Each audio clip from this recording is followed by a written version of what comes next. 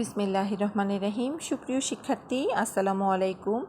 BBS pass বা BBA honours second ইয়ারে যারা আছো, তোমাদের সেকেন্ড ইয়ারে ইন্টারমিডিয়েট অ্যাকাউন্টিংয়ের ষষ্ঠ অধ্যায় করাচ্ছিলাম, পার্টনারশিপ অ্যাকাউন্টিং। এডমিশন থেকে অঙ্ক করাচ্ছিলাম। এডমিশন থেকে এর আগে আমি আরও 4টি ক্লাসের ভিডিও দিয়েছি। আজকে হচ্ছে এডমিশন থেকে 5ম ক্লাসের ভিডিও। তো তোমরা কোশ্চেনটা খুব মনোযোগ দিয়ে দেখো। কোশ্চেনটা খুব মনোযোগ দিয়ে দেখলে বুঝতে পারবে এখানে কিন্তু কোনো নতুন অংশীদারের আগমন নেই, যদিও এটি এডমিশনের অঙ্ক। এটা আসলে রিকনস্টিটিউটের অঙ্ক। মানে অংশীদাররা যখন চায় যে তাদের অংশীদারি ফার্মটাকে পুনর্গঠিত করবে, তখন সেক্ষেত্রে কিভাবে অঙ্ক করতে হবে সেটি আজকে আমরা শিখব। তো তোমরা এখানে দেখতে পাচ্ছ, এখানে একটা ওল্ড রেশিও আছে, এখানে একটা নিউ রেশিও দেয়া আছে। হ্যাঁ, তারপরে কি বলে ওটাকে, সম্পত্তি এবং দায়ের পুনঃমূল্যায়ন দেয়া আছে, এবং বাকিটা সব এডমিশনের মতোই, শুধু জাস্ট একটু ডিফারেন্স হচ্ছে কি কোনো নতুন অংশীদারের আগমন এক্ষেত্রে ঘটেনি, শুধু ফার্মটাকে পুনর্গঠিত করা হবে। ঠিক আছে, এটাকে বলে আসলে পার্টনারশিপ রিকনস্টিটিউট। ঠিক আছে, তো আজকে এই অঙ্ক থেকে আমরা যেটা শিখব সেটি হচ্ছে 1, পার্টনারশিপ রিকনস্টিটিউট, যেটার ক্ষেত্রে রিভাইজড ব্যালেন্স শিট তোমাকে করতে হবে, এবং নাম্বার 2 শিখব goodwill valuation under average profit basis method, মানে গড় মুনাফা ভিত্তিক পদ্ধতিতে কিভাবে তুমি সুনামের মূল্যায়নটা কিভাবে করবে সেটা আজকে আমরা শিখব। তাহলে বুঝতেই পারছো যে আজকের অঙ্কটা খুবই ইম্পর্টেন্ট। তাহলে প্রথম থেকে শেষ পর্যন্ত ভিডিওটি খুব মনোযোগ দিয়ে দেখবে, এবং পরীক্ষার সময় যদি এ ধরনের কোনো অঙ্ক আসে তাহলে আর কনফিউজড হবে না। ঠিক আছে, ওকে, তাহলে শুরু করছি। এখানে প্রশ্নটা পড়ছি, দেখো। A, B and C are partners in a firm sharing profit and losses 8:5:3.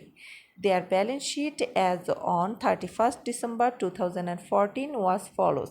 কিছু এখানে অ্যাসেটস দেওয়া আছে এবং কিছু লাইবিলিটিস দেওয়া আছে, এগুলো আমি পড়ছি না, যখন আমি অঙ্ক করব তখন পড়ব।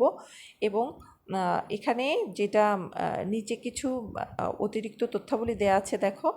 From 1st January 2015 they agree to alter their profit sharing ratio as 5:6:5. তাহলে তাদের নতুন রেশিওতে তারা কি চেঞ্জ করতে চেয়েছে, মানে পুরাতন রেশিও চেঞ্জ করে নতুন রেশিও কি স্থির করলো 5:6:5, এবং বলেছে it is decided that the fixed assets should be valued at টাকা 33,100। তাহলে ফিক্সড অ্যাসেটসকে 28,000 থেকে কততে আনবে, 33,100। তারপরে বলছে a provision of 5% on accounts receivable be made for doubtful debts, এবং দেনাদারের উপরে 5% সন্দেহজনক সঞ্চিতি রাখতে হবে। সি বলেছে the goodwill of the firm at this date be valuated at 3 years purchase. এই যে 3 years পারচেজ জিনিসটা কিন্তু খুবই ইম্পর্ট্যান্ট। ঠিক আছে, 3 years purchases of the average net profit of the last 5 years before charging insurance premium. এটাও আমার জন্য খুব ইম্পর্ট্যান্ট। তাহলে প্রত্যেক বছরের নেট প্রফিটের সাথে ইন্স্যুরেন্স প্রিমিয়াম যোগ করে তারপরে আমাকে টোটাল বের করে 5 দিয়ে ভাগ করে 3 দিয়ে গুণ করতে হবে। সেটা আমি যখন করব তোমরা ভালোভাবে আরও বুঝতে পারবে ইনশাল্লাহ। তারপরে বলেছে the stock be reduce to টাকা 11,200, এবং বলেছে there is a joint life insurance policy for টাকা 24,000। তাদের একটি যৌথ জীবন বীমা পলিসি আছে যেটার মূল্য 24,000 টাকা, এবং বলেছে which an annual premium of টাকা 2,000। তাহলে প্রত্যেক বছর তাদের 2,000 টাকা করে প্রিমিয়াম দিতে হয়, এবং বলেছে যে ডিসেম্বর 2014 ওয়াস টাকা ইন্স্যুরেন্স কত ছিল, 8,000। তাহলে এই 8,000 টাকাটাকেও আমাকে রিভ্যালুয়েটেড করতে হবে। ক্লিয়ার? তারপরে দেখো এখানে কি বলেছে যে the net profits of the firm for the last 5 years were টাকা 1,400, 1,700, 2,000, 2,700। তাহলে আমাদের গুডউইল নির্ণয়ের ক্ষেত্রে কিন্তু এই জিনিসটা খুব কাজে দিবে।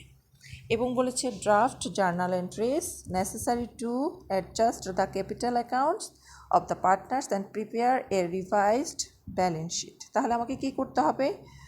জার্নাল এন্ট্রি করতে হবে, অ্যাডজাস্টেড ক্যাপিটাল অ্যাকাউন্ট করতে হবে এবং কি করতে হবে?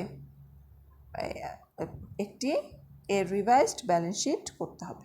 তাহলে আসো অঙ্কটা শুরু করি। প্রথমে আমরা কি করব? প্রশ্নটা হাতে পেয়ে আমরা ব্যালেন্স শিটটা দেখব। ব্যালেন্স শিটে দেখব যে পিএল এবং জেনারেল রিজার্ভ আছে কিনা। এখানে দেখো শুধু জেনারেল রিজার্ভ আছে, পিএল নেই। এই পিএল আর জেনারেল রিজার্ভ থাকলে পার্টনার্সদের ভিতরে ওল্ড রেশিও অনুযায়ী আমরা ভাগ করে দিব। তাহলে জেনারেল রিজার্ভ এখানে দেয়া আছে কত? 8,000 টাকা। এই 8,000 টাকা আমরা 8:5:3 অনুপাতে কি করব? পার্টনার্সদের ভিতরে ভাগ করে দিব। তাহলে আসো আমরা ভাগ করে দিই। এখানে দেখতে পাচ্ছ তোমরা,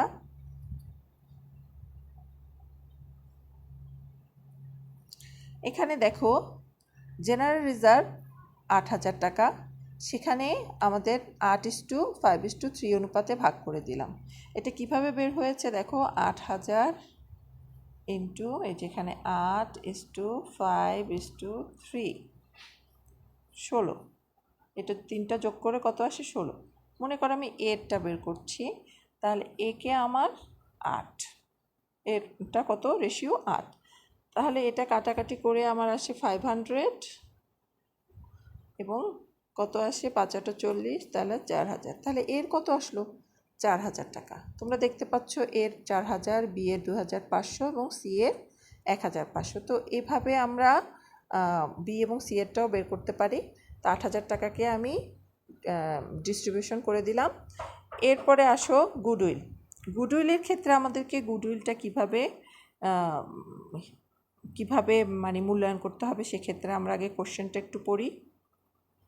তোমরা কোশ্চেনে পড়ে দেখতে পাচ্ছ যে লাস্ট 5 ইয়ারে 1400, 1700, 2000 এবং এখানে আছে 2200 এবং 2700 এবং এখানে একটা কথা বলেছে যে বিফোর চার্জিং ইন্স্যুরেন্স প্রিমিয়াম। তাহলে প্রত্যেক বছরের সাথে 2,000 টাকা ইন্স্যুরেন্স প্রিমিয়াম কত ছিল? বাৎসরিক 2,000 টাকা, তাই না?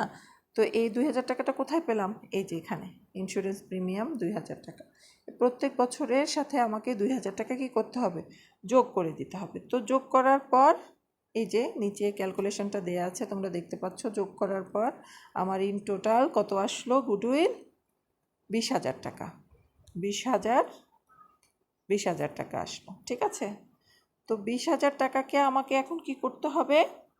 20,000 টাকাকে এখন আমি 5 দিয়ে ভাগ করব।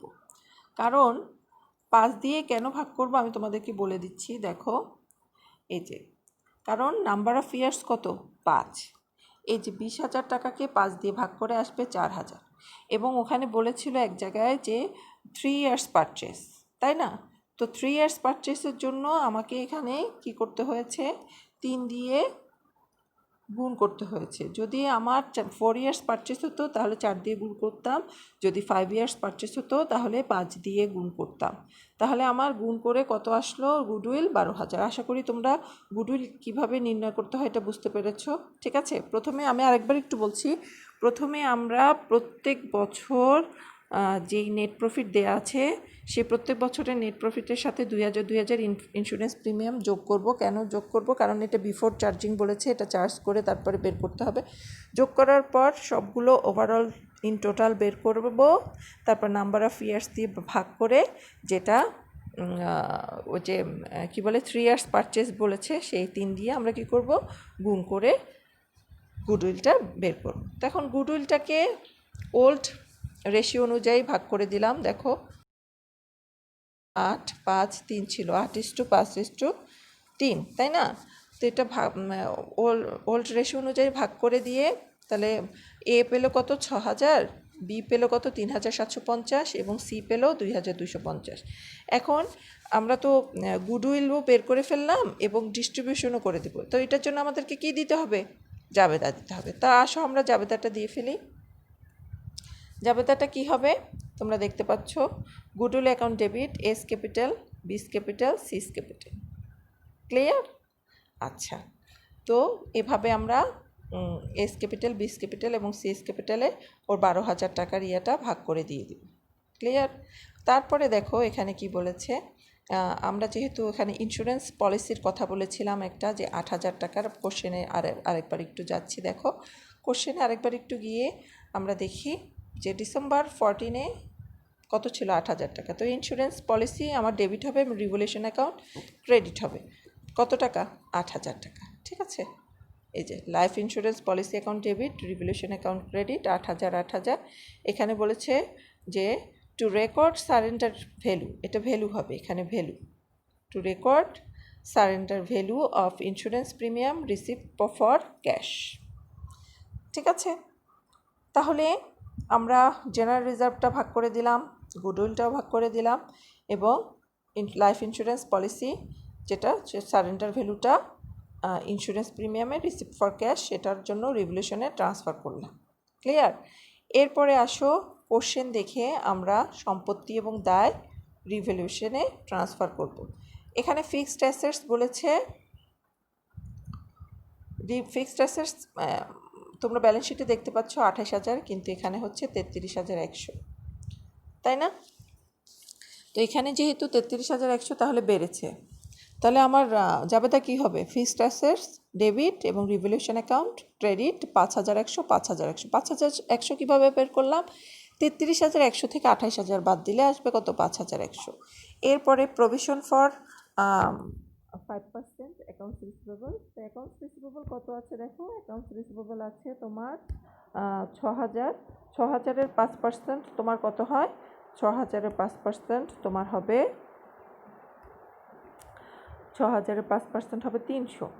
তাহলে এটা যেহেতু প্রভিশন ফর অ্যাকাউন্টস রিসিভেবল থেকে বাদ দিব, তাই আমার provision for doubtful debt credit হবে, এবং রিভলিউশন অ্যাকাউন্ট কী হবে? ডেবিট হবে, যেহেতু আমার সম্পত্তি কমে গেছে। ঠিক আছে, এবং আরেকটা জিনিস কমে গেছে, সেটা হচ্ছে কি স্টক। স্টক বলেছে 12,000, 12,000 থেকে 11,200-তে নিয়ে আসতে বলেছে, তাহলে 800 টাকা কমে গেছে। তাহলে স্টক কী হবে? ক্রেডিট হবে, এবং রিভলিউশন অ্যাকাউন্ট ডেবিট হবে। তাহলে আসো এগুলোর জন্য আমরা জাবেদাটা দিয়ে ফেলি। এগুলোর জন্য আমাদের জাবেদাটা দিয়ে ফেলছি। দেখো ফিক্সড অ্যাসেটস যেটা বেড়েছিল সেটার জন্য আমরা জাবেদা দিলাম fixed assets debit, revolution account credit, এবং রিজার্ভ ফর ডাউটফুল ডেট যেহেতু আমাদের দেনাদার কমে গিয়েছে এজন্য এটা ক্রেডিট হলো, এবং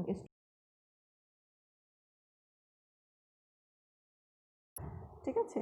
তো এভাবে আমরা জার্নালগুলো করতে পারি। আর এটা যেটা সেটা আমাদেরকে পরে করতে হবে, কারণ করব খতিয়ান বের করলে যদি লাভ হয় তাহলে জাবেদা দিব, বা ক্ষতি হলো আমরা জাবেদাটা দিয়ে ফেলবো। ঠিক আছে, তো এটা নেক্সট ক্লাসে আমি বুঝিয়ে দেবো। রিভলিউশন অ্যাকাউন্ট এবং ব্যালেন্স শিট দেখিয়ে দেবো, এবং অ্যাডজাস্টেড ক্যাপিটাল অ্যাকাউন্টটাও দেখিয়ে দেবো। তো আমার সাথে থাকবে নেক্সট ক্লাসে, আমার চ্যানেলটি সাবস্ক্রাইব করবে। ওকে, আল্লাহ হাফেজ।